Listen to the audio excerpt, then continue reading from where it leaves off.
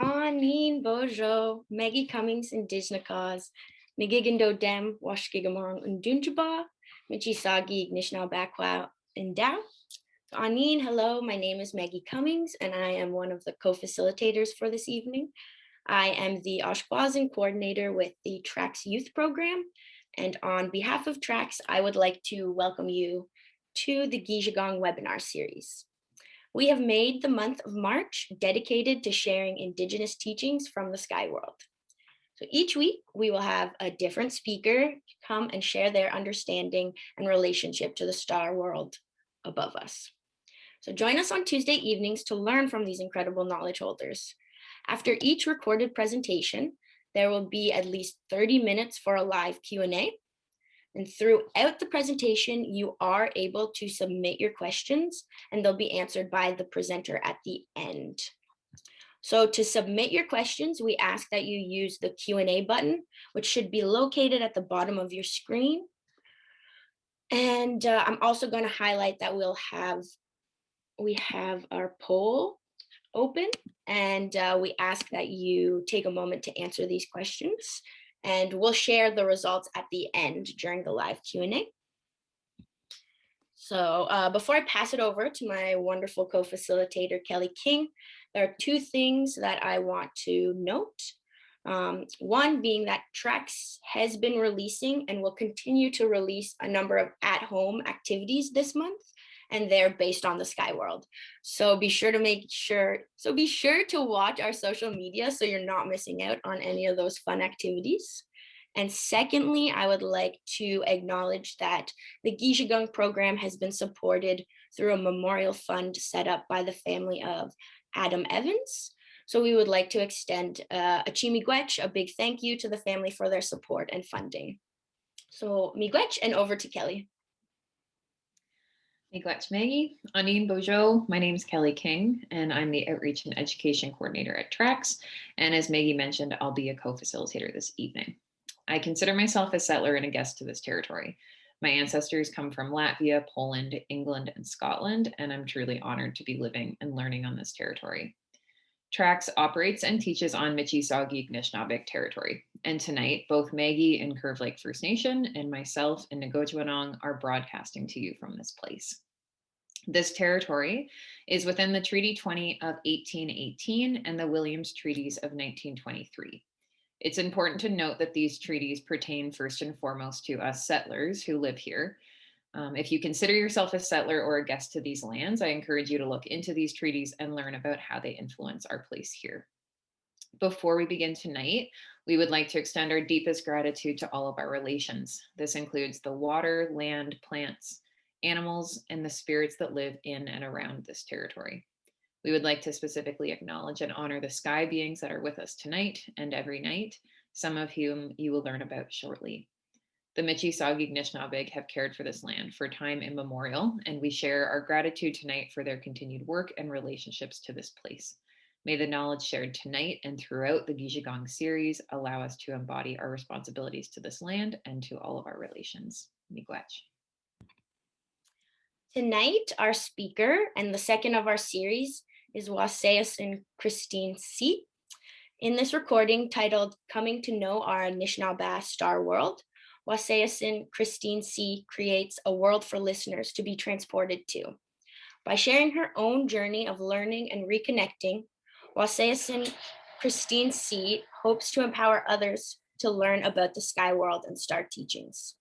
She will share how she turns research into meaning and knowledge, whether it be from the land directly, orally from elders, or from internet sources.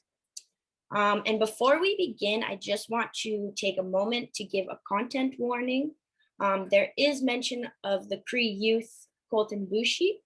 So if you need to step away from the webinar at that time, that is okay. And we just want to remind you to be mindful and to check in on yourself. On that note, we'll begin our recording, and we look forward to engaging with your questions at the end. Wana bojo kinagwaya, makwa wadodam, Waasaaye'sin Christine C. Indigenous, Baktin and Donjaba, Minawa Giizhigoong and Donjaba, Nongom, Lekwungen Wake Migwedoda.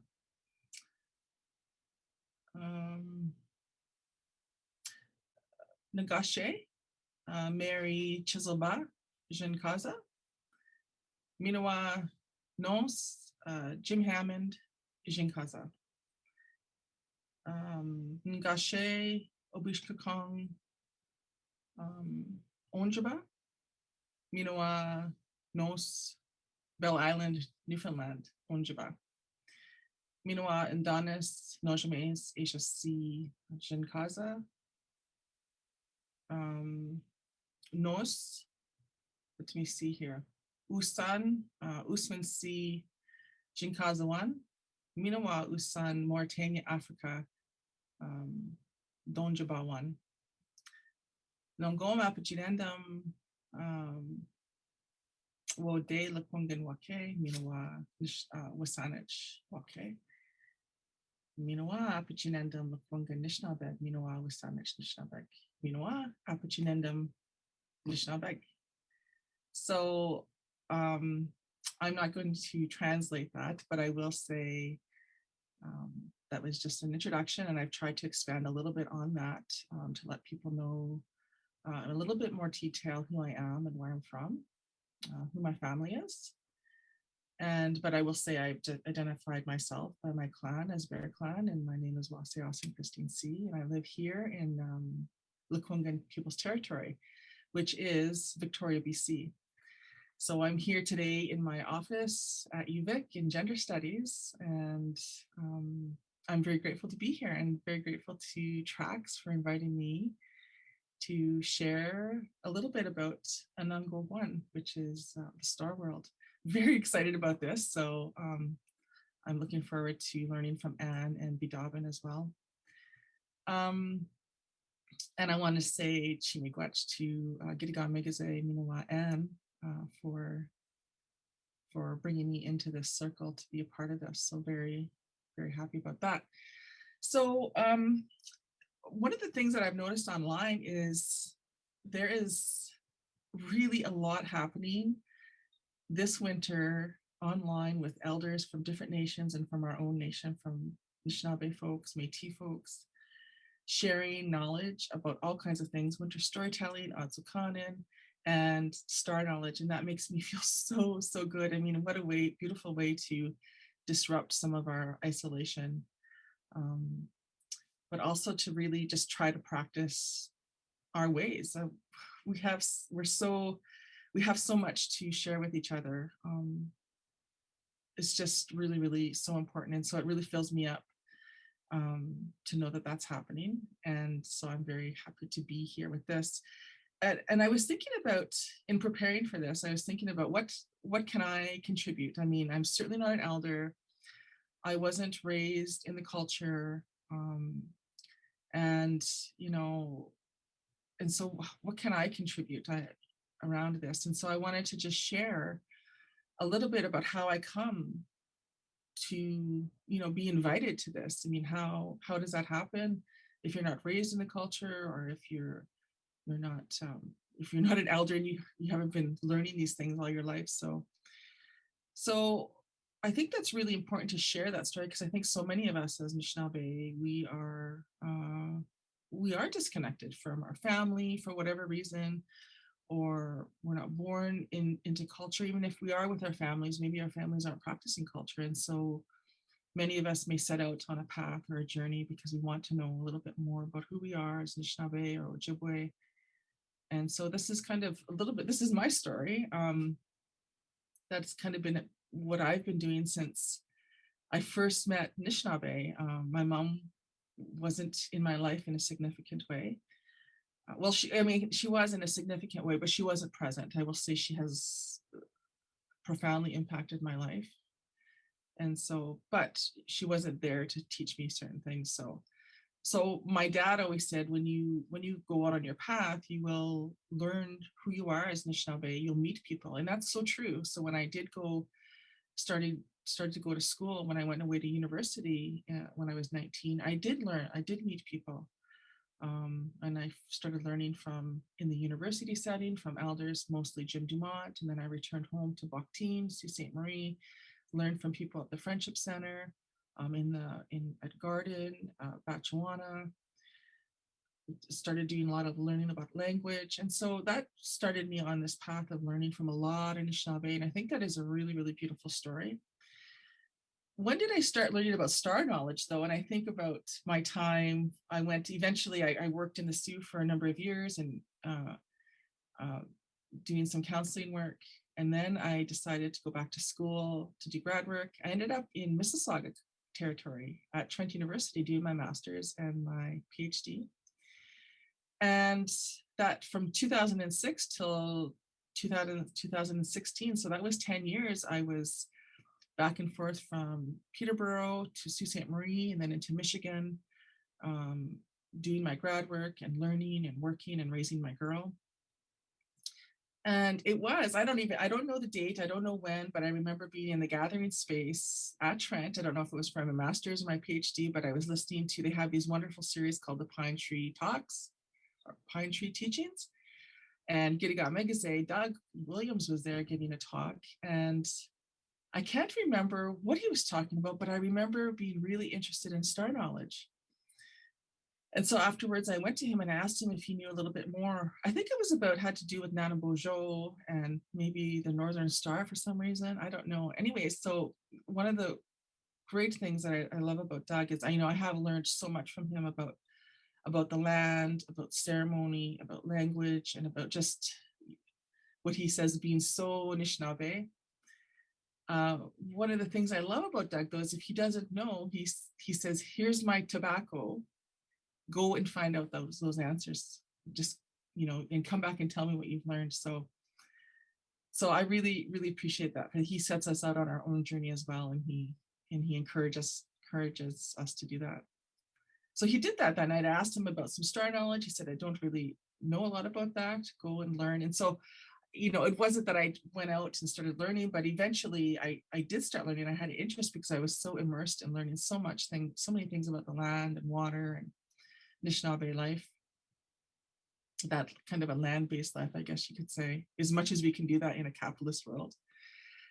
So the other thing that happened here is I remember really significantly doing a lot of sugar bush work. And in the sugar bush, I was really fascinated with this idea that old-time Anishinaabe, we used to boil throughout the night. And so some of us were working with Doug, and sometimes we would be late in the night. And of course, it gets dark in the early spring, pretty early. But it was so magical and beautiful out there, boiling late into the night. And on occasion, I, just be really intense about this work. And so I'd say, "Doug, can I get out there early? I'll be quiet," And so I'd bring my girl out there early and we'd get the fire going, and it would be still beautiful, beautifully dark. And you could see the stars. And you see the orange glow coming from the sugar shack against this beautifully spring blue sky. The morning stars are just, they're there, but they're fading. The sun is coming. Is coming. So I was just really curious about what were the stars that governed the land, that governed the sugar bush. So I really don't know, but there was a number of sources. So I just embarked on doing this research because at the time there wasn't anybody really talking about it, and the people I did talk to didn't really know about star knowledge and Ungol Kwan.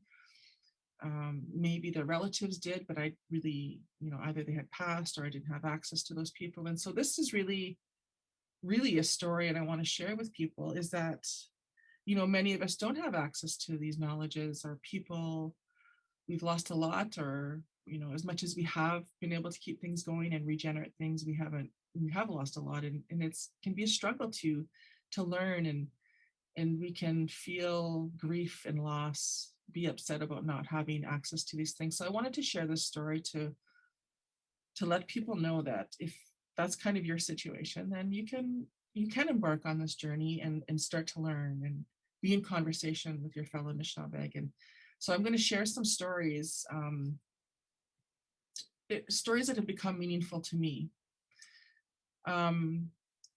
one of the things about this is that, so my research really began online, and I want to give a little shout out here to one of our wonderful people, Jennifer Wemigwans, who talks about digital bundles of knowledge. She has a book out, but you can access her online as well, some of her thinking and her resources. And she teaches us how to discern, how to engage with online Indigenous knowledges. That we do have to develop some skills in doing that. I guess some IK literacy, we could call that, Indigenous knowledge, like, because nowadays anybody can reproduce stuff online. Is it knowledge? Is it just information? There's some other people, you know, through the PhD program, we talk about this a lot. What is the difference between Indigenous information and Indigenous knowledge? And for me, it's information when it's online, but it becomes ours when we do something with it. It becomes knowledge when we put it in our bodies and act upon it and be in conversation with other people about it.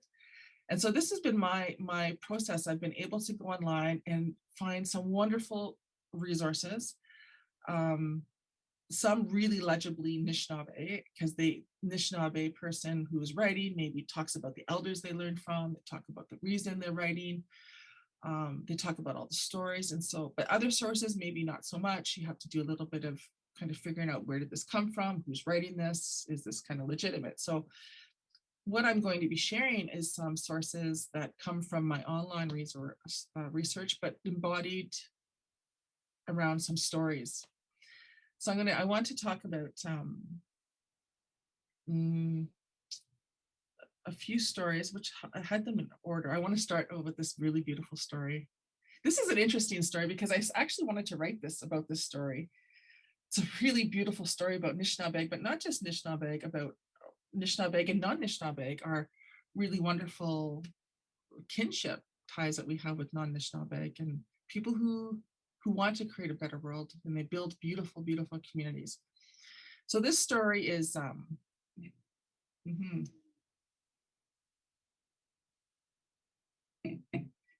this is many years ago. I mean, I don't know, what is many years ago when you think about the big scheme of things?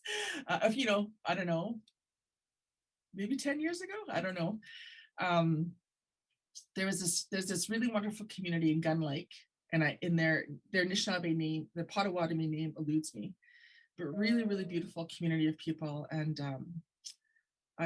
I started meeting some of those people through Barb Wall, I think, who some of you know. And I was invited by that community. They were doing this wonderful gathering, the Great Lakes Traditional Arts Gathering, I believe, in Waasaaye'sin. I forget how to say it, but Drummond Island. So they knew that I did a little bit of stuff around star knowledge and just other different things like making cedar pillows, which I had learned from Drama Jean Yandrick in Sault Ste. Marie many, many years ago. She's passed now. And so they invited me to come over there and be a part of that community and what I teach about the stars and a little bit I knew. And I was a little bit nervous, but I said yes, because I knew this to be really kind of interesting experience. And so my daughter and I packed up the car, and we were in the Sioux at the time. We drove down to Drummond Island, which is a really wonderful little day trip, really not too far away into the States. And they had, that community had known someone who had land over there. They said, yes, you can clear out some spots for your gathering. And it's a gathering of Anishinaabe, non-Anishinaabe people to talk about traditional arts, different tools we use, knowledge, all kinds of wonderful things, just incredible, incredible stuff going on there. So I show up, and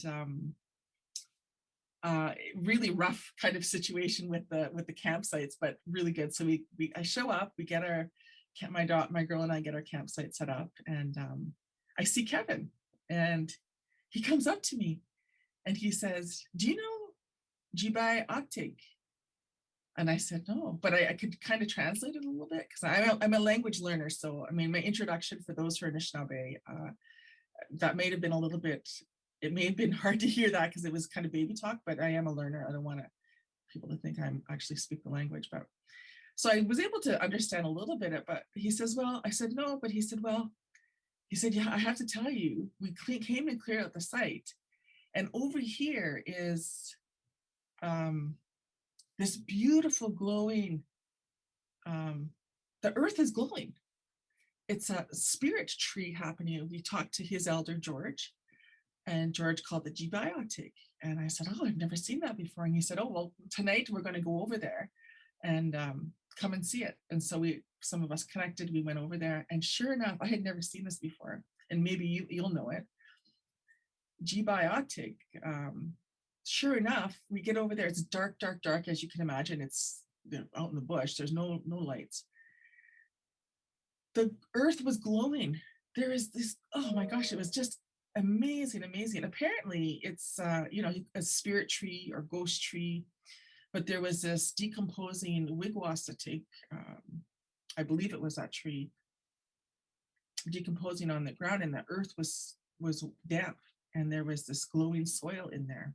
So it's a kind of fungi. And I guess if you did the research, you would be able to find this, but it's that phosphorescence kind of stuff happening in the soil. It's a kind of a fungi, I guess. And later I talked to Doug about this, and he said, yeah, we do have some of that. Like, you can find that particular conditions will create that. And it is quite well known in different parts of the world in different conditions. So that was so beautiful. But here's the thing. I was there and I had met, I was kind of new to this community and just getting to know people. And later that day, Kevin says to me, Sid, who's an elder, Sid said she thinks it would be a great idea if you could, when you're doing your star teachings tonight, because I did the teaching in the day, and then that night the plan was to go out on the beach if the sky was clear, and we would actually look at the night sky.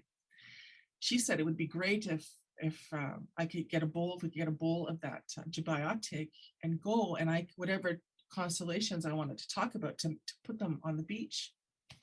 Wow, what an amazing idea, right? Wow. So I mean, so this is our life. It's so amazing. So sure enough, we go over there. We have this beautiful wooden bowl. I mean, this community is doing, like, they just do such incredible work. They have so many talented people that are and put so much love and care into everything they do. Beautiful wooden bowl.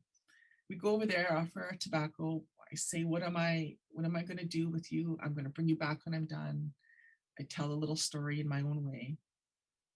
Make this bowl, get this bowl together, go out on the beach. It's late at night, 11, 12 at night. Group of people who stay up come down to the beach. And I have to tell you, I mean, I'm not exaggerating here. Go down to the beach and it's dark, dark, dark. But you can see the shadow, like the tall grasses. We're in a bay. And the shore is, there's tall grasses all around the bay, and then behind is the evergreens, tall evergreens. And to the south, I think it's to the south. We're looking to the south, and there's the bay, and then there's the water. The Anishinaabe waters. I don't know what that body of water is called. But the tall grasses as well, and you can see the shadows of the tall grasses, and you can see the dark, dark silhouettes of the trees. Oh my gosh, I get goosebumps. And I think this story is not meant to be written. It's only meant to be told. But this is one of the reasons why I've not been able to maybe write it down. But I've never seen this before. The Milky Way was right there, right over the bay. It was just incredible. And there's a quadrillion stars, you can see a Nangokwan, you can see the Starworld, and there's that Milky Way right over there. Jibai Mikana. Some people call it Beneshi Mikana, path of birds. And there's in my own mother's land, some people call it path of souls, Jibai Mikana. Yeah, Jibai Mikana. So, but here's the other thing. It's June or July. In the tops of those leaves, like the tall grasses, in the tops of those grasses, you know, what happens? Who else is around in June or July that glows, has little glowing bums? Waaseyaa'sin, fireflies. Oh my gosh. It seemed like the whole world was glowing, okay? So I've got this bowl of Giizhigoong, this glowing earth, right? Jibai Mikana is there with all the shining stars. You have the dark silhouette trees, the grasses, and then in the grasses are waaseyaa'sin. Oh my gosh. So we get down there, we start talking, sharing a little bit. And I had a little bit, and I can't remember what were the constellations I put down there, but I know this one.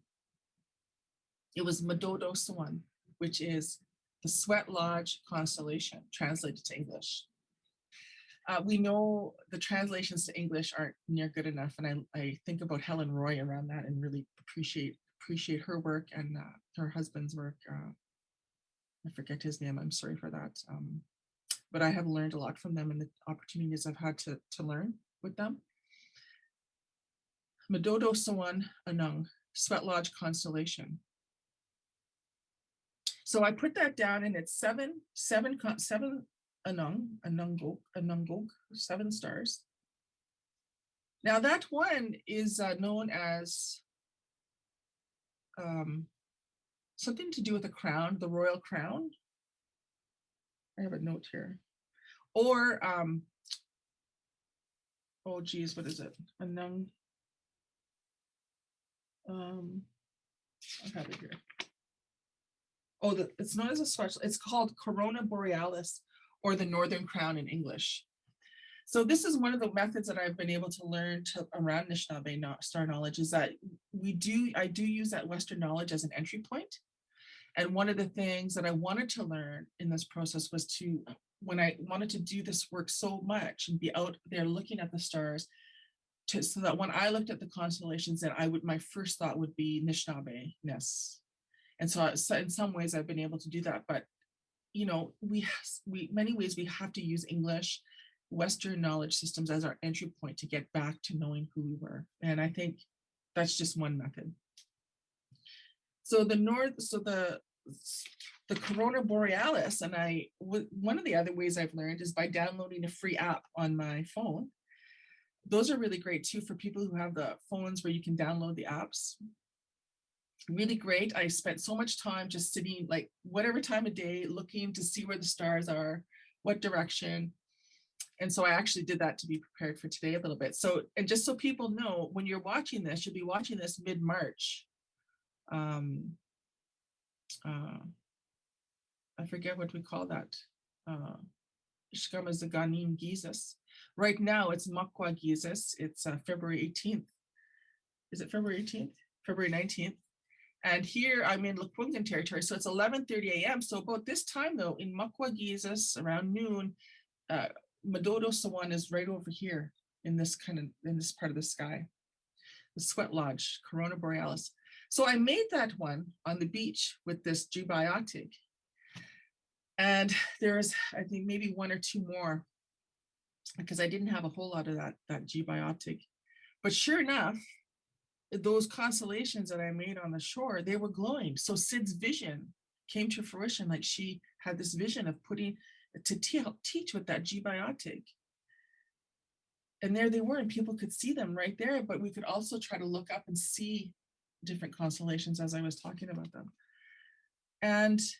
But here's what happened. So I'm talking about these constellations and asking people, you know, what do they think about this or that? And what do they know about this or that? And did they want to share? And so we're having this conversation, and early on into the conversation, this person, and of course, you know, that darkness at night, you can't really see, you just see the silhouettes of people's faces, right? So this person, I don't know who it was, kind of knocks, like just gets my attention, maybe touches my shoulder or something like this, points down.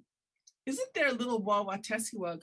You see their little glowing bum blinking and walking on the beach, and it's walking towards Madodo Sawan. I'm not kidding you. I'm not kidding you. I'm just like, wow. We're all like, oh wow, that's so great. Keep going on. Again, this person, right, points to the waaseyaa'sin. Waaseyaa'sin is now in Madodo Sawan, has gone right into the Sweat Lodge constellation. So you got this glowing constellation with this glowing little Manado shades. And oh, wow, right? Like, so go on. Person tug me again. That little Madodo, that little waaseyaa'sin walks out, is now on my foot. has climbed up my foot. And I'm not kidding you, that little Waawatesiwag climbed all the way up my left foot, all the way up my leg, all the way up my body, all the way to right here. I'm not making that up. There's a lot of people, and people can attest to that. So that little, so the whole night was a glowing night. That was such a beautiful night for all of us, and how it's all connected. So we were talking, so that happened. But one of the things about that is some people did share their knowledge. And one of the things that I shared about in that conversation was how, as many of us know, that Jibai Mikana, that's where we all come from the stars. And for Anishinaabe, we understand that our ancestors returned to that place. And of course, that's a very oversimplified statement. There are some of us who really delved deep into those knowledges, and they know so much more. This is just a 101 kind of deal. And even I was able to attend a talk last week online with Jim Dumont, talking about the creation story. And once again, we hear about how everything starts with that star world in a way. And so I was sharing this about our ancestors, and one of the people who was there came up to me, young person, had just lost a family member, and I couldn't see their face, but I could see their pain. I could feel it. But they said, in a very quiet voice, they said, "Thank you so much for this tonight. This really helps me. I hadn't thought about my loved one. Maybe it was a parent. In that way, returning to the star world." And so now that gives me that comforts me, and I can find comfort in that. And so we see how this star knowledge is. You'll have people, like, there's so many things we learn from the stars, of course, but just sharing these stories and coming together, we can provide comfort for each other. All of us, not just Anishinaabe. So that was really touching for me. And I really, really loved how people felt comfortable to share as well. And so this is what is really important to me. So as an individual, I can go out into the world and I can learn, and I can try to make sense of things. But it's really, what really, really inspires me is when we can come together and talk and be in conversation with each other. What do you think? Here's what I found. What do you think about this? And then be in conversation and make meaning of it, as this is how we can regenerate and come to new thinking as well, because we're always living in a new context. This story of this young person, or this person, kind of leads well, losing a loved one, leads well into the next story. And the next one is a little hard, and I may even start crying. So when I was spending some time thinking about these stories and which ones that I want to share, I actually started like really being upset about this. So it's not my intent to make people uncomfortable here or be so deep that it's really hard, but we are deep people. And I think that's one of the things I love about us as Anishinaabe, is that we are heart people, and we do this work, all of us. And we have a lot to teach, and there's a lot that people can learn from us, and all Anishinaabe, all Indigenous people. And our ways are very, very powerful. And I'm out here, and I learned that the ways out here are very, very powerful too. So, but this next story talks a little bit about our relationships with each other, or it kind of gestures to this, that as Anishinaabe, we are not just on an island unto ourselves.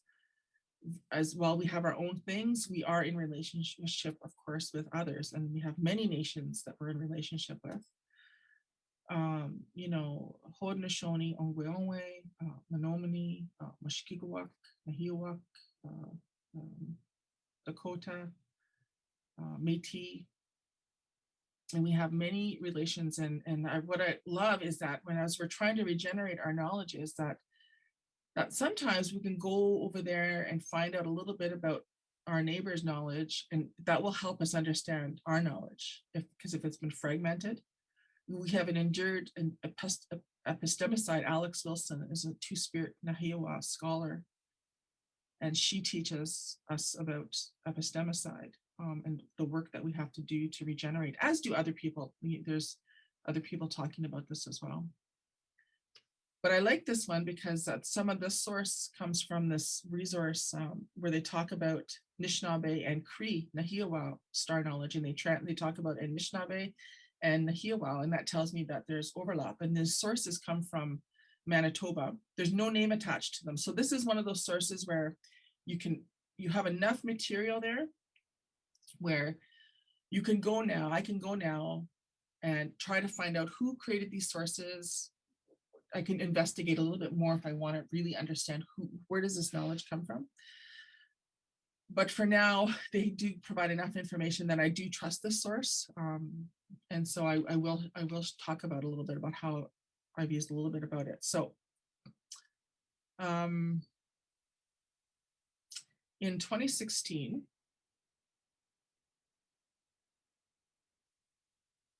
I apologize if I'm repeating some of my stuff here, but in 2016, my girl and I were moving out from Anishinaabe, from home over to here at UVic. That's when I got started here.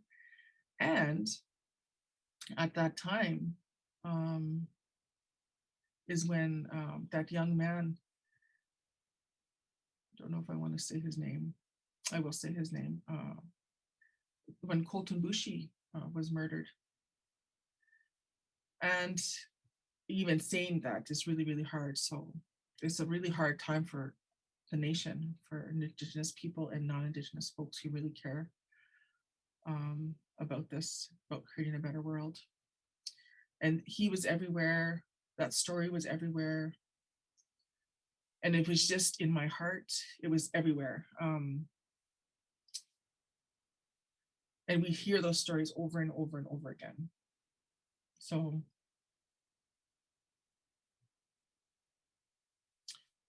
one of the things about our knowledge, thank you, Kelly. One of the things about our knowledge is that we can, again, find solace in it. And even in the journey to learning about it. So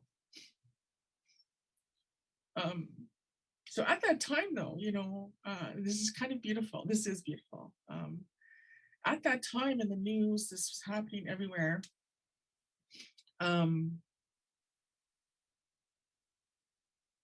There was also in the news everywhere was Perseus meteor shower.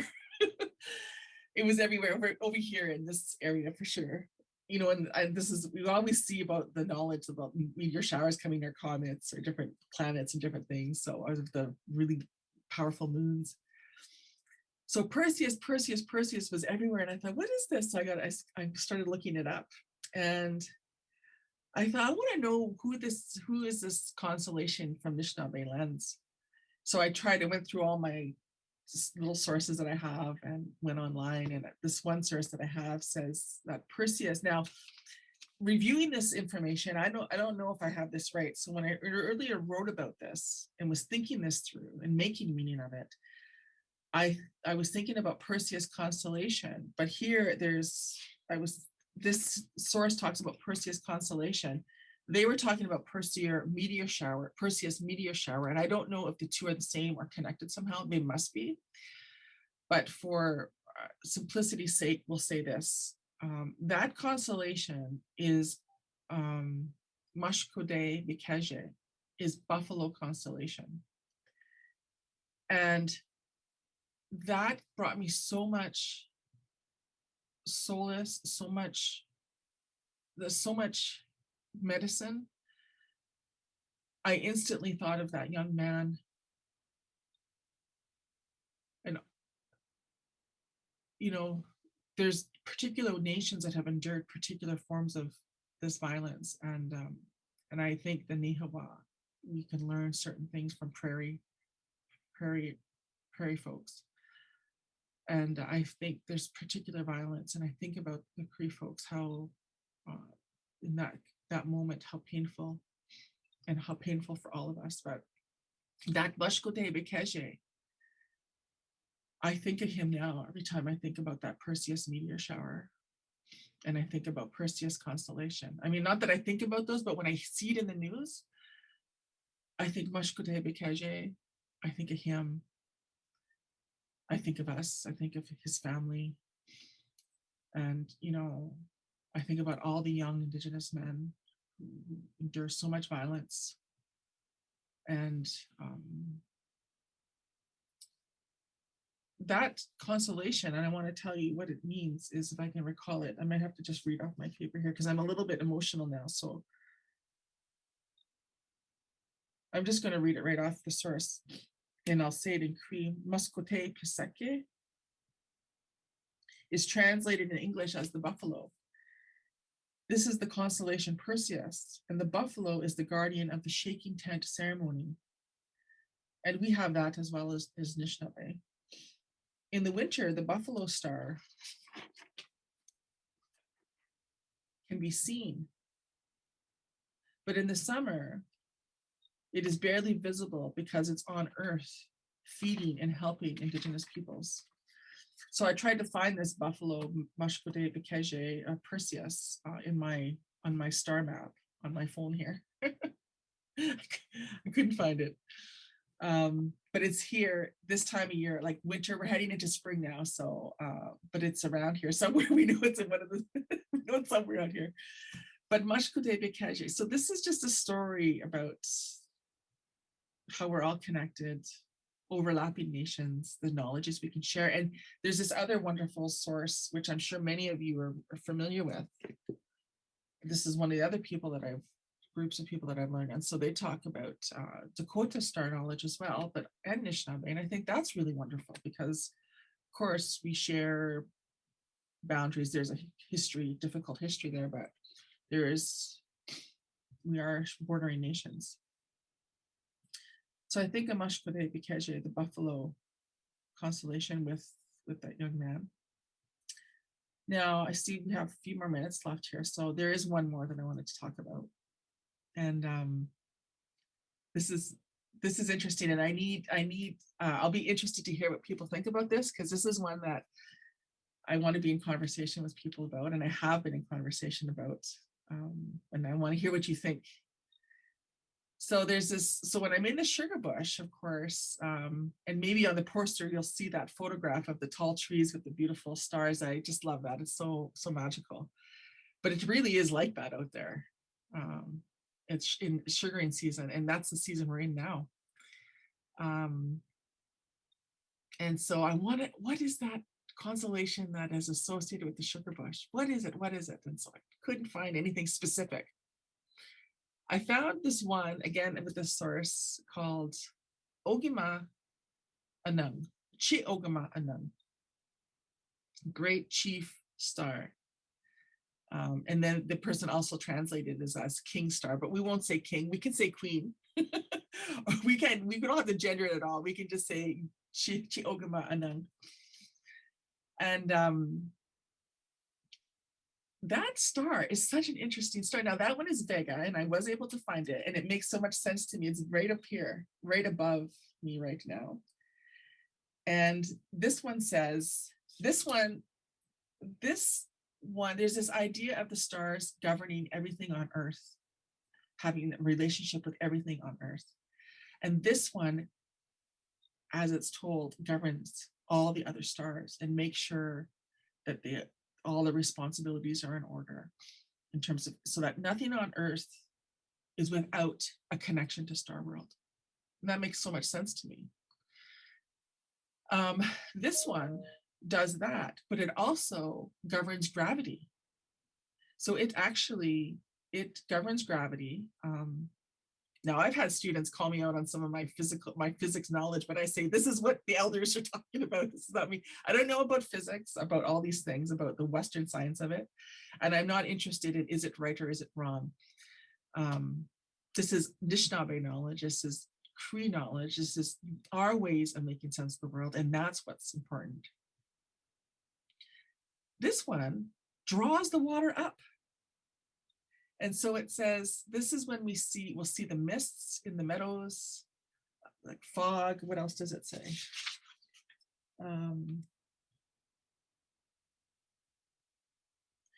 This star governs the force of gravity and causes the water to be lifted off the lakes and rivers.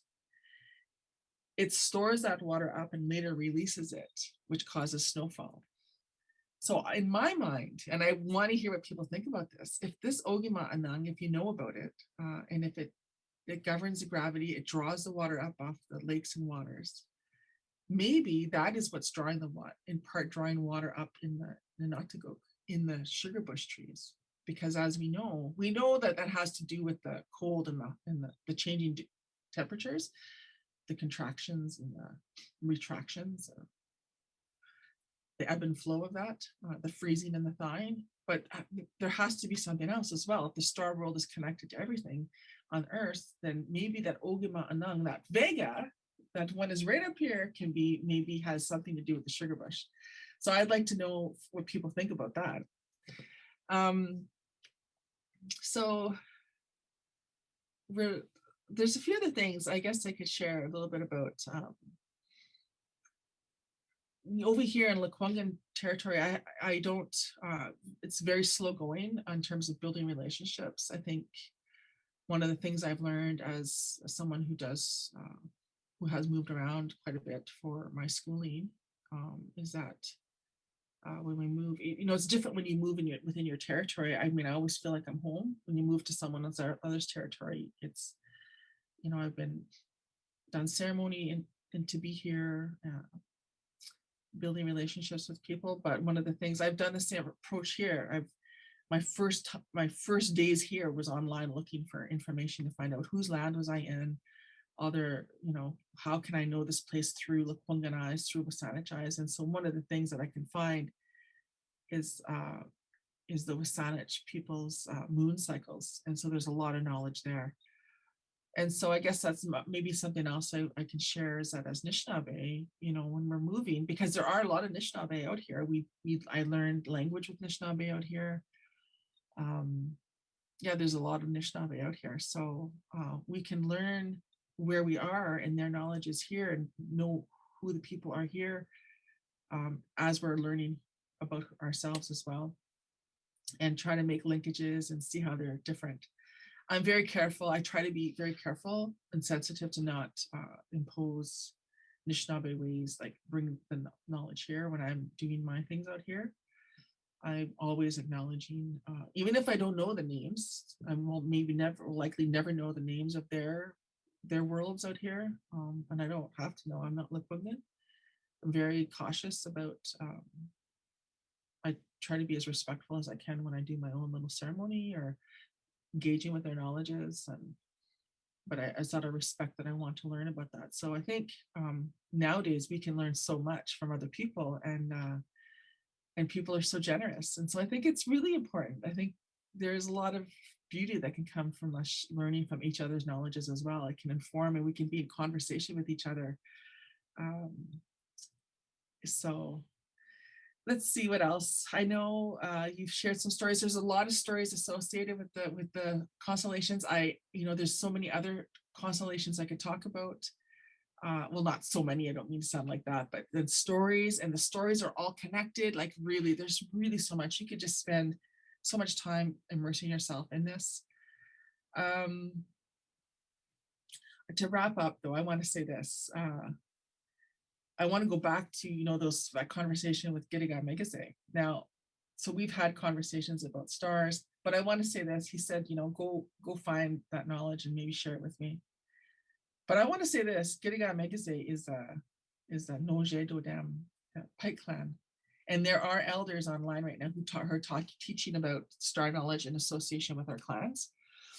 There's one elder, Mary Moose, and her sons, I believe, who are talking about that. And I keep getting on the list to go take that. It's like thousands of people registered.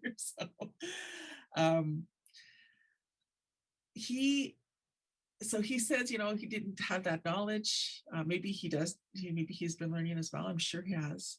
But I want to tell you this.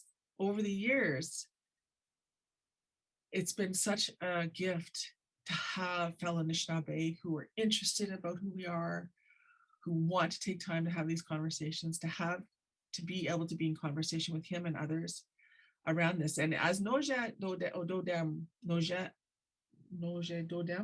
Pike clan, the fish clans are the star people.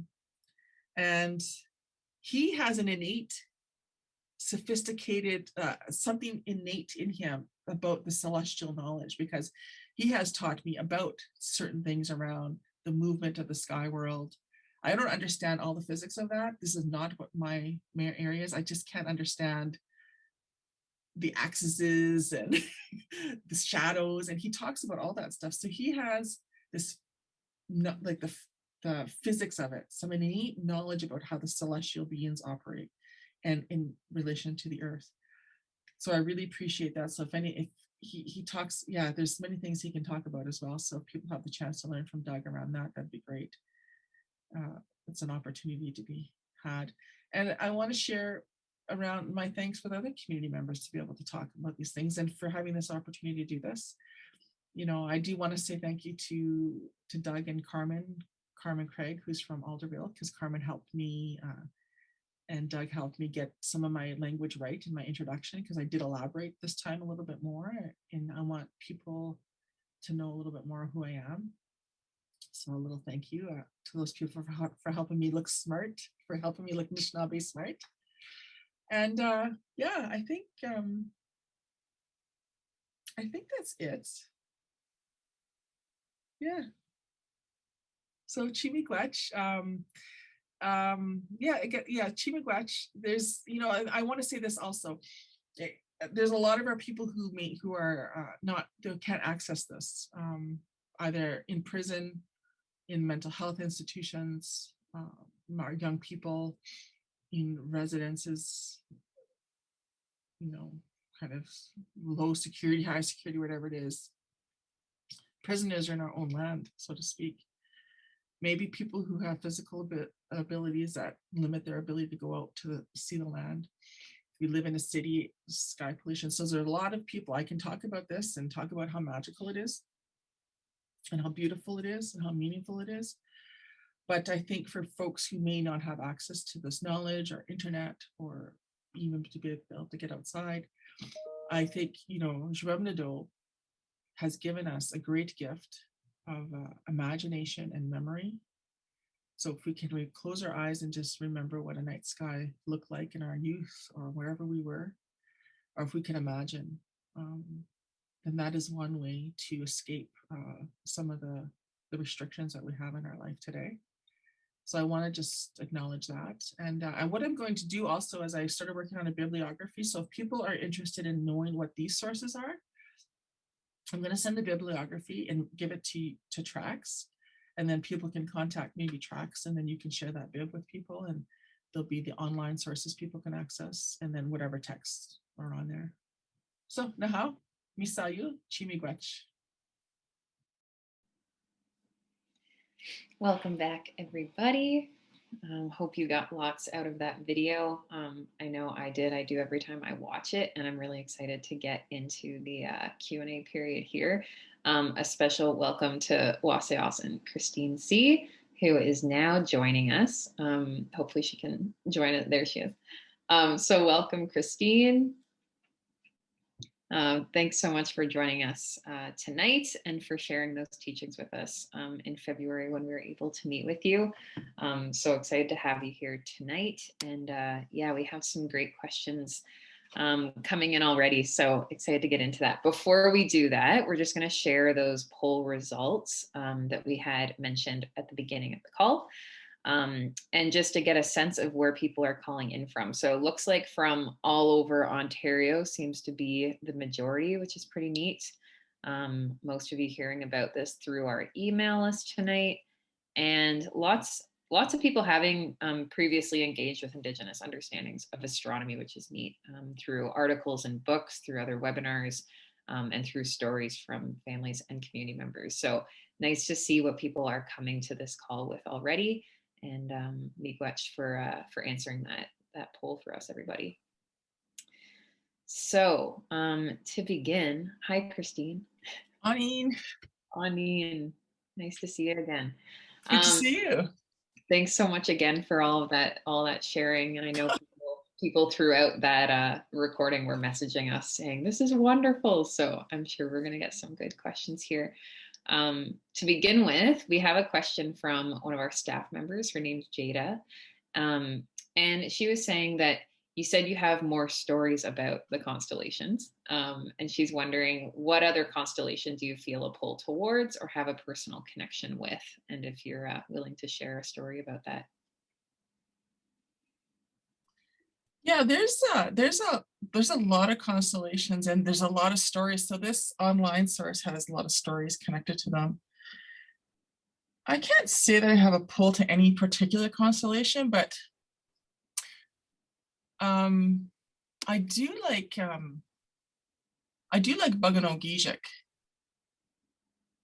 I also like Gabibonke, which also is so Giizhigoong is Hole in the Sky, which I think is Pleiades.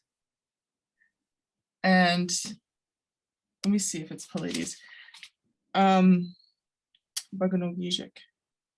Hole in the Sky. Yeah, Pleiades. And this comes from Michael Waasaaye'sin Price. He's got a great article that he published, geez, a long time ago, 2002.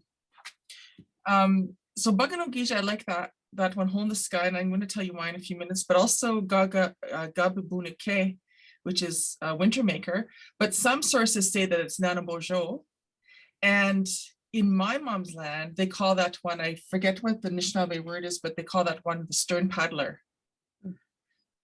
This is what I've read anyways. And so I like, one of the things that I've read or somehow have been made connections through my reading is that I understand Giizhigoong as Hole in the Sky. In my mind, I think of Hole in the Sky as where our Giizhigoong comes through.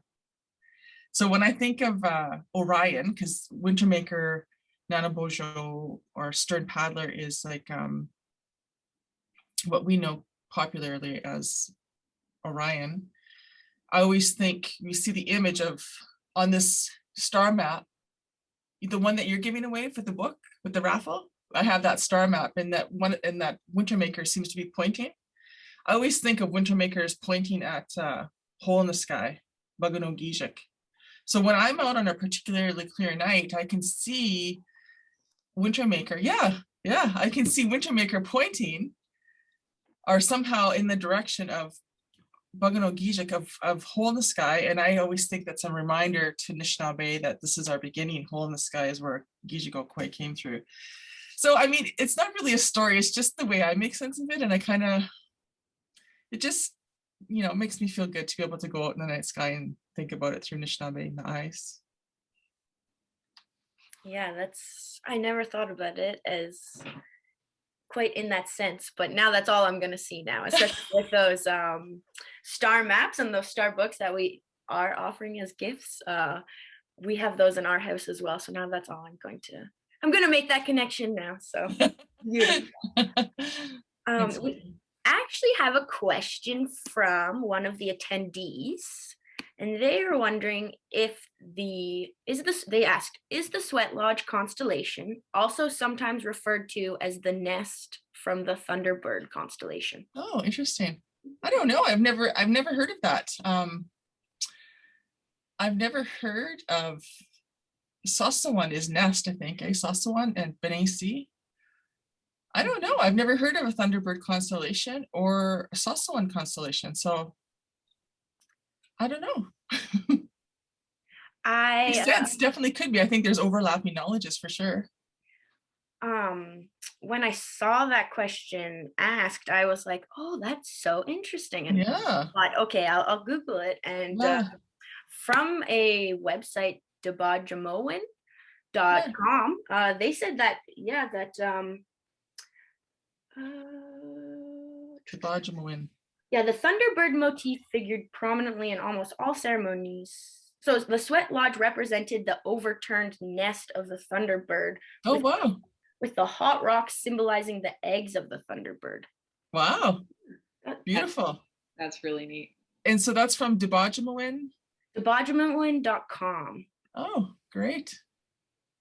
So yeah, this is not one I'm familiar with. So again, I'd be using your techniques of getting knowledge or learning from resources on the web and then putting it into my own life and learning.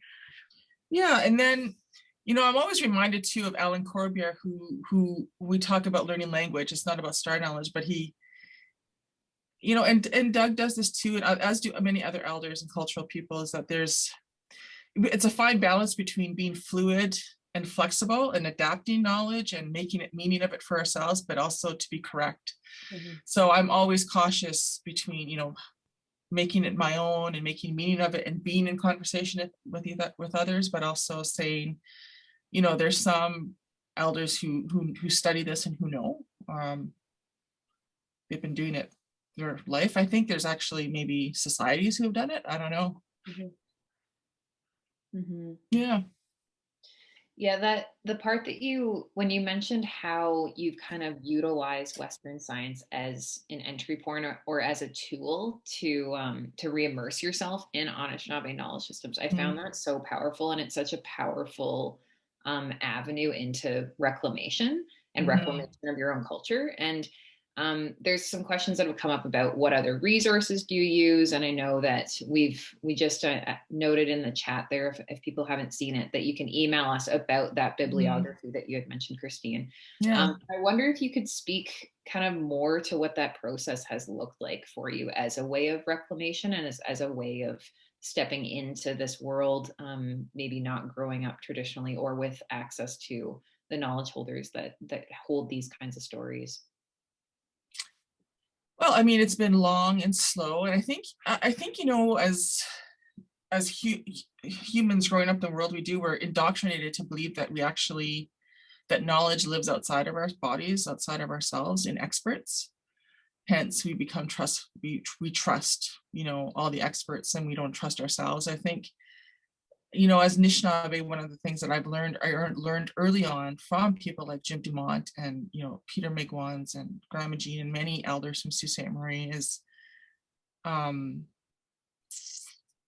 we have that it's an inherency to be able to we have our life path, we can learn, we have those abilities to learn and do for ourselves. And so you have to have that confidence to be able to go out, and the curiosity and the ability and the will to go out and learn for yourself, and then be in communication with your peers, your elders, your people.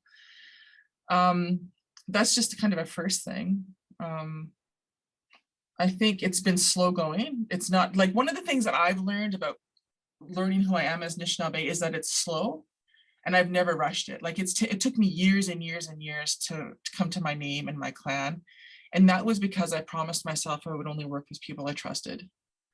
And that took a long time to be in relationship with people and to work with people you trust. And there's a long story about that and different processes, but you have to not rush. And I feel like for so many people who are hurting, who are feeling disconnected, we can rush. We can rush to find the people, rush to do the thing, rush to do the ceremony, get the name, get the color. And that's fine if that's what you've done. That's your path, that's your journey. That's still really special and important. But we have to be able to decide for ourselves what our path is going to be, how we're going to approach that path, how we're going to honor learning in ourselves, who we're going to build relationships with, who wants to build relationships with us. And then one of the things, I'm going through all my old notes here. I just actually would print out, like, one of the things I would do is print out these like maps, sky maps with all the like Western names on them. And I would just write over top of them and draw and put it up to the sky and look, try to see, or put it up to my phone map and rewrite the names and make them bigger. So a lot of messy doodling, a lot of just, I don't know, just trying to do it that way. I don't know if I try to find a funny map here. It's kind of weird. Oh, here it is right here. Like, here's one example of that. So just all the doodles on the side and the names, and just trying to commemorate things to memory and make meaning of them. And the other thing that I've done is I go out and I don't know if I shared this, but I think there's Ojig and there's Manganang and Kiwetanang, and I can connect them all. Like, I can look into the winter sky and see all the connections and see them as Anishinaabe constellations, but connect them now, like it's a pattern, right? And so now I just got to keep growing that. Like I figure out where Vega is, or Cheogama, figure out where Mashkode Bikeje is, Pegasus, or Perseus, I mean. So just a few things. I think part of the fun of it is to come up with your own way as well.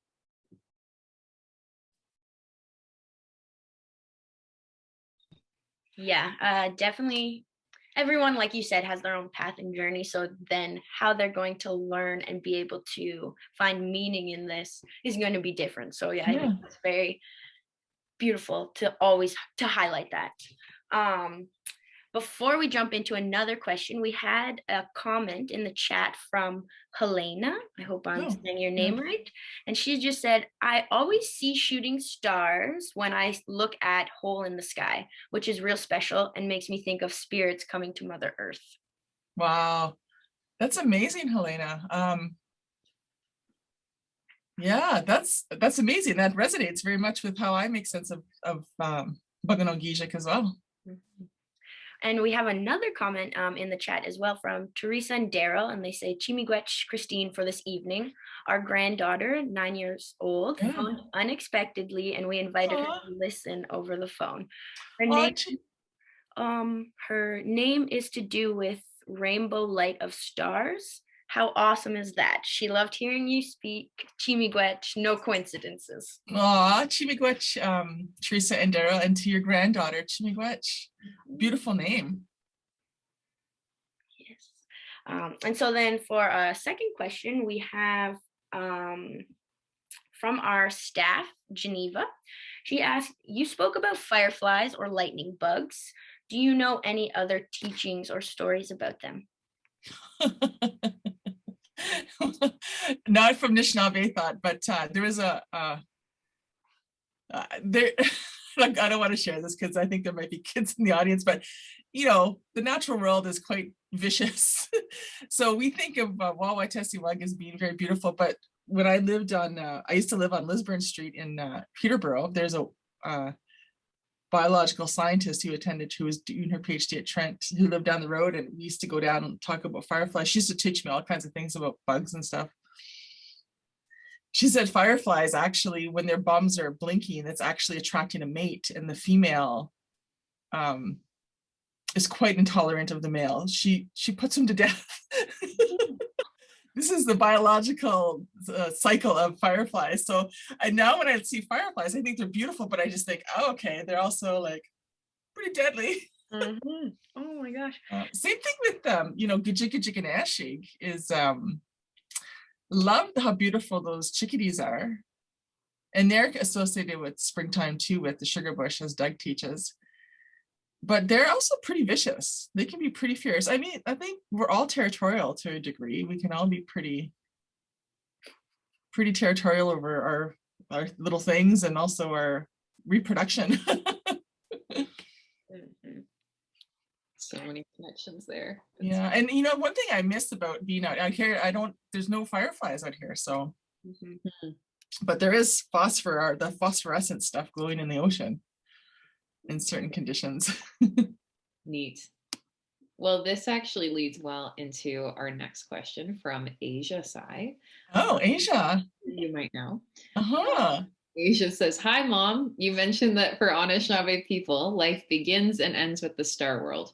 In your story about Drummond Island, the stars were present in many different forms. The stars, the glowing earth, the fireflies. Do you think this experience represents the beginning or ending of something in your life? A deep question. Very good. Oh. Well, my daughter is deep one. Chimigwech, my girl, for taking time out of your day for being here.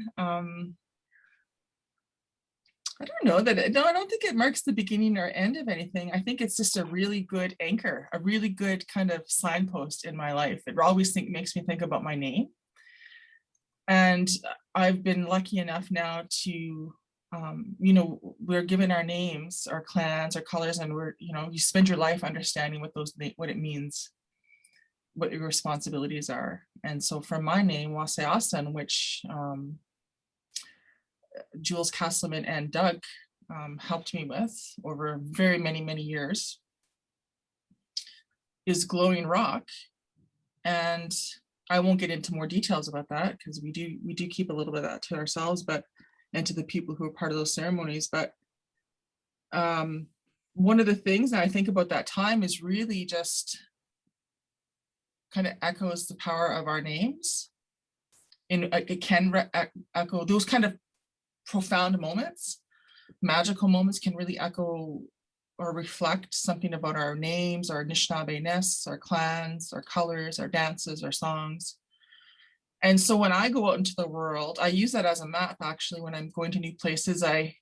If I'm feeling a little bit lost or I don't know what to do, I'll try to look up, what's going on that's glowing, and I'll go to that thing. Like seriously, I'll go to like if there's a planetarium or something, I'll go to try to find like what's glowing in the world, the stars, there's planetarium going on or something. So yeah, so not the beginning or end of anything, but definitely an anchor, a powerful, powerful story.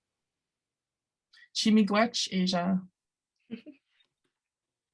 So another question we have from a attendee, Anna Courier. She says, how do you suggest people who live in heavy urban areas where light pollution diminishes the presence of the sky? How do you suggest they connect to the sky world? I don't know. That's a tough one because I don't know. I think people who live in cities can speak to that. I mean, I live in a city, but I actually, it's quite dark where, even though I'm in the city, it's quite dark where I am.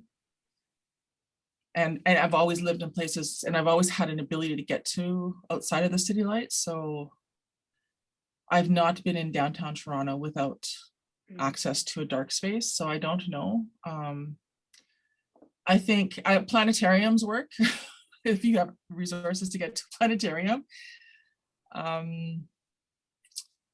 Again, I mean, maybe it's a weak answer, but I guess just imagining, I don't know. But I definitely think that is a question for people who live in urban spaces who have to navigate those kinds of things. Yeah, definitely a problem for sure. Mm-hmm. And I think there's some of those incredible resources that you shared as well too, right? Like the, well, I'll do another plug for this Yeah. book that you mentioned. I've been leafing through this book for months now, and it's incredibly inspiring. And I think yeah, ways of reading about these things and engaging with it through kind of those research methods that you're talking about is a really neat way. And then when you do have the opportunity to find those darker skies, then you can connect maybe more kind of quickly, or kind of dive into that from a place of knowing, or foundational knowing anyway. So yeah, there's the other thing I'll say is this, again, you use your iPhone, if you have your phone, you download your app, and then you might not be able to see the stars. Like even in the daytime, I'll put my phone up to see what's constellations are in the day sky. We can't see them because it's light out. But the other thing is, you could check out universities as well if there's observatories in the area. So here at UVic, we do have an observatory. It's not completely void of light, but it is quite dark. So if you can get to observatories, that'd be great. That might be a great option. Mm-hmm. Yeah, absolutely. Good suggestions. There's a couple more comments in the chat that I want to highlight from some people I know you know. Cheryl Ann James says, this was wonderful, Christine Miigwech. It's lovely to see you and hear you talk about star knowledge and the bugs whose bums light up. This talk made me laugh and dream about being outside. Yes, Cheryl Ann. I can't wait till you come back out here, Cheryl Ann. And I'll share one more before I pass it back to Maggie. This is from Brigitta, who says, Chi Miigwech, waaseyaa'sin. I admire your humor, humility, and transparency about your knowing. It's such a guide for all / any of us who are renewing our ancestral knowledges. I especially appreciate the reminder that slow is okay. Mm-hmm. Yeah, we all have ancestral knowledges. Yeah. I'm having fun right now also learning about my dad who's non-Anishinaabe. I just found out from my aunt a couple summers ago that the Hammond family name is Scottish and Irish. So I'm really having a lot of fun with exploring Irish and Scottish things as well. Mm-hmm. And my girl, Chi Miigwech Donis. Hi, James. Yes, James, that leads well. James had a comment saying, amazing stories. You said you would go deep and you weren't kidding. James, you know me. The story about the phosphorus is going to stay with me, and your question about the Ogama constellation will continue to make me wonder. Yeah. So another question we have from Teresa and Daryl. They ask, could the location of Nokomis at this time of year be connected to the location of the Ogama star this time of year and the flowing of the sap? Yeah. Yeah, because we know Nokomis is also has something to do with the pull and push of the tides and the waters. So definitely. So there's obviously some kind of relationship there. There could be, for sure. That makes total sense. And then also want to go back to what Anne said last in her talk, because I just chuckled because she just said with such knowing that Ojig constellation is a sign of the sugar bush. And it's so interesting to me because it's right there at this time of year for sure. And there's other people, like I know Tessa Reed also knows some things about Ojig as well. But that was just like, I was like, oh yeah. But for me, I never associated Ojig with the sugar bush. I always associate Ojig with just this time of year, but with the ice, the danger of the ice, and how the snow overhangs over the water, and it's deceiving. If we walk on it, we can fall into the rivers or the lake, the edges of the lake. So I always know how I learned of Ojig was that it's a warning sign of the dangers of spring in terms of the ice and the snow. I never learned it as a sugar bush sign, but it makes total sense. So I kind of love that Anne had said that, because I was like, here I am racking my brain on what is the constellation that talks about the sugar bush.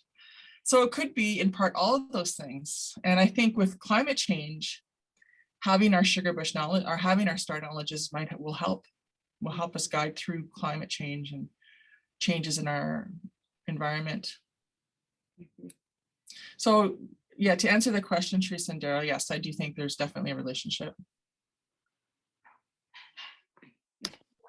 Connection between everything. It sounds like we just need to figure out, or not figure out, wonder about what those connections are. Yeah. Another question here from Maya. She says, I am a student at Trent taking an Indigenous environmental course. I have learned that the Anishinaabe have 3 sources of knowledge: traditional, revealed, and empirical. How do these sources of knowledge contribute to your work? Thank you. I'm learning and enjoying this evening. Oh, Maya, I do so much work. There's so much to talk about. Revealed, traditional, and empirical. Well, I think, revealed knowledge is spontaneous. I mean, I think, what the example I just gave around Anne sharing her thoughts or her knowledge around Ojig being a signifier of the sugar bush, to me is kind of spontaneous. I was like, whoa, it was right there before me all this time, all these years, but I never ever considered it that way. Now I can't stop considering it. Traditional knowledge. I mean, I mentioned Giizhigoong Webinar, but I've learned from so many other people, but there's so much traditional knowledge. Like we'll just talk about the sugar bush right now. Doug talks about, the behavior of the sugar bush with the ecological systems, the Chitamo, Giizhigoong, the Ondeg, like crow, red squirrel, chickadee. Just that the behaviors of the land and how they interact. Ceremonial knowledge, traditional knowledge, that's completely informs my work. I mean, everything is ceremony, and I just start my day with ceremony being an offering of tobacco and using my language as much as I can to start the day. That is a real grounding, and it puts everything into perspective. Like, you can't sweat the small stuff when you start out the day honoring all the directions and honoring, the seasons and, Sky Woman and Nokomis and all those things and all the animals and all the beings. And then empirical, well, I mean, I'm really into sensorial knowledges. Like I'm always looking and smelling and pausing. Like I'm the weirdo faculty member walking across campus, stopping to talk to the squirrels, looking to listen to the crows and checking out the flowers and smelling the flowers and, you know, just observing things. So I mean, I think for Anishinaabe, it's holistic. I think categories can be really, really helpful to kind of help us weed through the muck and the ambiguousness and the lack of clarity of what we call Indigenous knowledges. But I also think there could be a danger with also just sticking within categories. So I think it's an art. You have to have those anchors, but you have to know when to kind of slip away from them, let yourself veer away from them and head into the gray areas and the murky areas. And, you know, you learn things there. Mm-hmm. Maya, I hope that answered your question. I don't know if you were specifically asking about my research, but I assumed not because I just assumed not. But if you have more questions, you can always email me. In the chat, we have Brigetta saying fewer categories, more constellations. Yeah, yes. Yes, B. And Heather says a few things there. Mhm. She suggests with Earth Hour coming up soon, there might be some less light pollution, power outages. Those would be times to go outside. And then Anna Courier said, great idea. Earth Hour is a special opportunity to connect.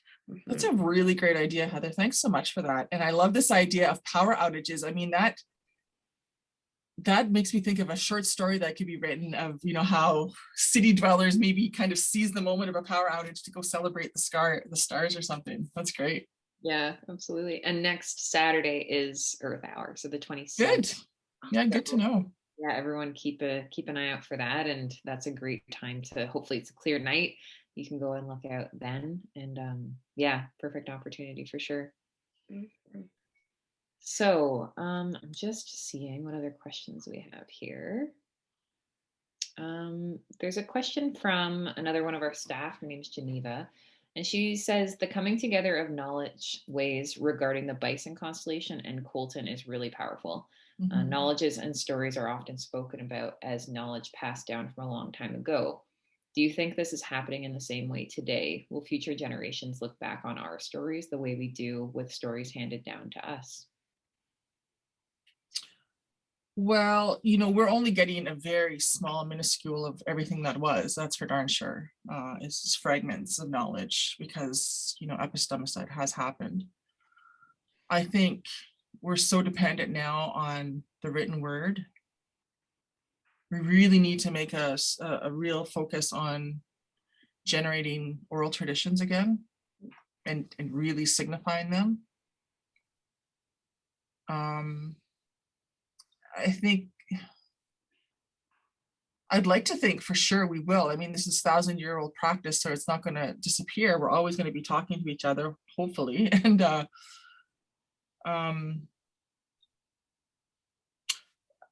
yeah, I think so for sure. I guess I'm thinking about kind of the written word and orality.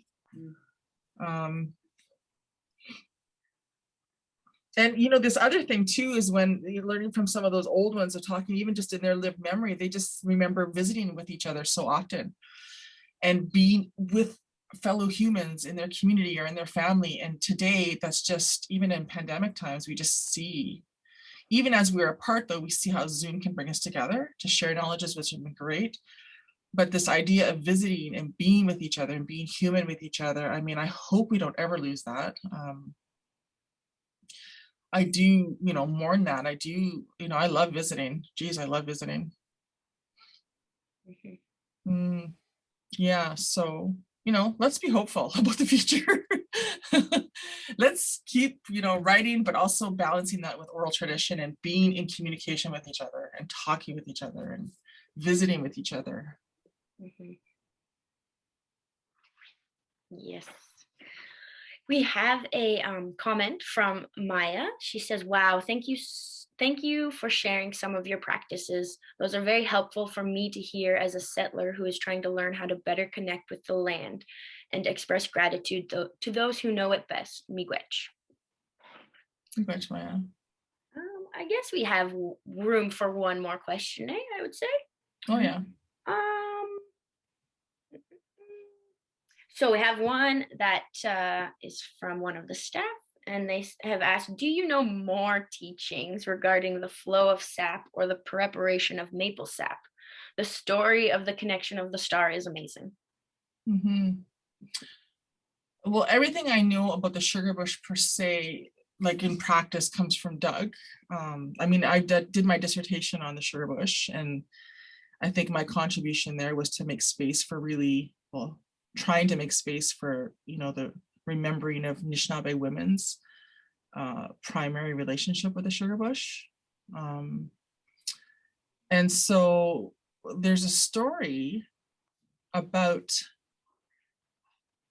is a whole other realm of knowledge for sure, really, really important. I love traditional stories, and I've been able to come across a lot of different stories about the sugar bush. And woman is, Kwe, Wag, Anishinaabe woman is so centered in those sugar bush stories. Of course, there's been historical shifts, and those historical shifts have been for particular reasons. But that one of those really important stories is that how during a time of starvation, and this comes both in published text, but in oral sources from an elder that was part of my research, is that the woman, Anishinaabe Kwe, has, you know, that one who can give life or carry a living being in their body is, it was during a time of starvation. And there's a couple different ways this goes, but the point is there's time of starvation, there's no food. And it's a woman woman hears a voice. And it turns out that voice is coming from an Inataguk. And Inataguk is speaking to her, saying, you know, cut me.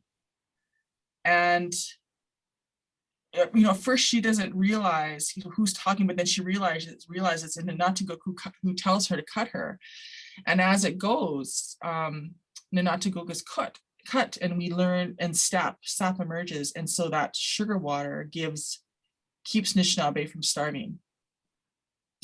There's another version, but this is a clan version. This isn't about that special relationship that Anishinaabe women have with this maple tree and her ability to hear the tree and the tree's ability to talk to her. But this one is about, and the way the story goes is talks about a man who's out trying to get food for Anishinaabe, or hungry. And he doesn't hear anything from the land, but he sees the animal. He sees Makwa. He watches Makwa and sees what Makwa's eating. And Makwa shows him to eat roots, but also scratching on the tree to get the sap. And so that's how he learns. Now, of course, these stories are, you know, they don't convey gender diversity. They don't convey, it's very binary. So there are these limitations, but those are some stories about the sugar bush. And I would say particularly, I have a particular agenda with making space for women on the land. So I like to focus on that. That actually just sparked something in my mind when you were sharing the two different stories. I never made this connection really as like a story towards the sugar bush until you just said that. But it's about, originally I heard it, and it was a story from Leanne Simpson in one of her novels, and it was passed down to her, I think maybe from, I'm not sure if it was Doug Williams, because I know that's one of her big teachers, but it was about a youth on the land and observing a chidmo, a chipmunk, and they were using some piece of wood to like tap into the tree and get some sap out.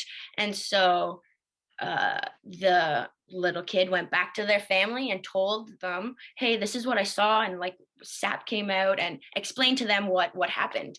And so the aunties, the family, they went and observed with the youth the chidmo on the land and saw that. And so then they were then like, okay, we can also drink from this tree, and started doing that.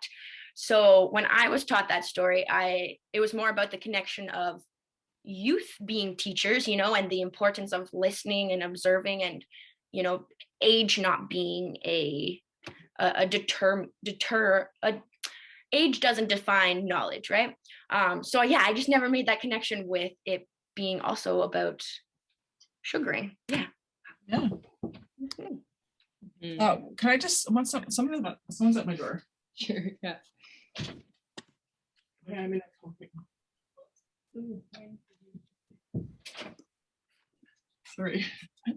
Rarely see anybody on campus. The one time. Yeah, thanks for sharing that, Maggie. Yeah, no problem. And it also made me think about you talking about it being the two stories you have being more gender binary. The first time I heard the story, yeah, it was described as a quasant, so a little girl. And then the second time I read the story, it was just changed to Benogiug. Benogiug is the plural form of child. I can't think of what the singular word is, but it was changed to that to really showcase too that gender wasn't such a in our forefront for Anishinaabe. Yeah, it's interesting with our stories too, how one of the things that I do in my research is to try to understand how people are changing the stories. Mm-hmm. I haven't read too much around how, you know, Leanne determines how she translates stories or rewrites them, or even others who rewrite the traditional like stories that are in publication. Mm-hmm. So one of the things when I come across publications is I like to know, where does the source come from? And really, like, I mean, we talk about songs being made our own and all these things. So what persists in those changes, and what is being changed, and why is it being changed? And yeah, so there's always this, we talk about this as well. I mean, culture is always changing, so. Yes, absolutely. Always adapting, always shifting. And there's so much more to talk about, but I think we'll probably wrap up there, especially on the note of sugar bush season and being kind of in the thick of that right now in this territory. So Chimigwech, Christine. Thank you. For the Q&A and for all of that. Yeah. Thank you. Yes. Chimigwech for having me. And yeah, just a reminder for people to get outside when they can, and yeah, look up at the night sky, see what you can find out. Yeah, thanks, and have fun with the sugar bush. Yeah. Mama. Go out, man. Miigwech.